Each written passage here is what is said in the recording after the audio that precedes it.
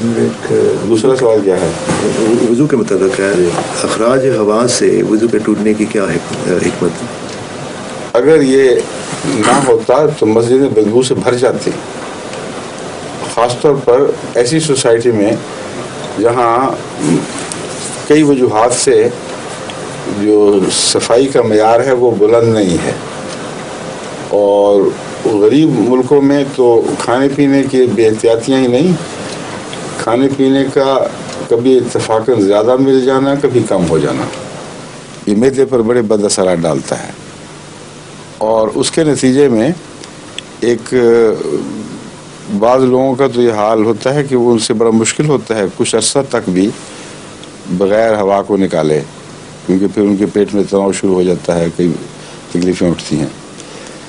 تو اللہ تعالیٰ نے ان سب باتوں کو پیش نظر رکھتے ہوئے مساجد کو پاکیزگی کی جگہ بنایا ہے، اسی لیے پاؤں بھی دھونے پڑتے ہیں، کیونکہ مسجد میں جاتے وقت پاؤں لے کر آپ چلتے ہیں تو وہی لوگ سجدے کرتے ہیں، اس لیے حضرت ابراہیم اور اسماعیل کو ہدایت تھی طہر بیتی للطائفین والعاکفین والرکع السجود، کہ جو آنے والے ہیں ان کے لیے گھر پاک کرو میرا۔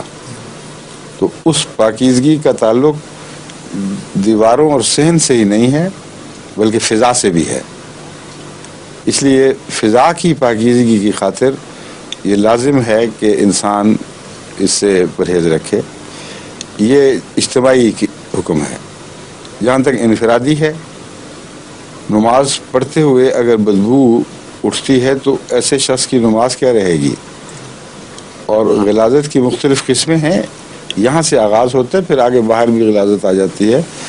تو بدن سے چپکے رہنا غلاظت کا صرف ایک حصہ نہیں ہے، غلاظت کا بدن سے نکل کر فضا میں پھیل کر اسے مسموم کر دینا یہ بھی غلاظت ہے۔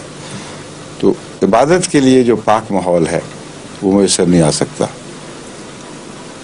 اور اگر وضو ہوا پر یہ اعتراض ہے تو پھر دوسری چیزوں پہ کیوں اعتراض نہیں ہے؟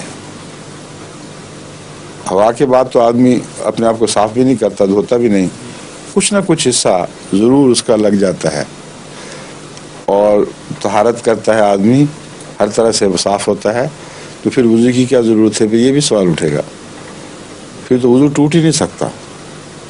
ایک دفعہ کر لیا ایسا پکا ہوگا کہ جو مرضی کرتے پھرو، اس لیے ٹوٹنا تو کسی چیز سے ہے، اور ایسی چیزیں خدا تعالیٰ نے رکھ دی ہیں کہ عموماً 5 وقت تک وہ وضو اگر آدمی پوری طرح صحت مند نہ بھی ہو تو دن کے 5ویں حصے تک تو وہ وضو کر کے اپنے آپ کو پھر صاف کر لیتا ہے، پھر اگلے 5ویں حصے کے اندر امکان ہے کہ وضو اس کے ٹوٹیں گے۔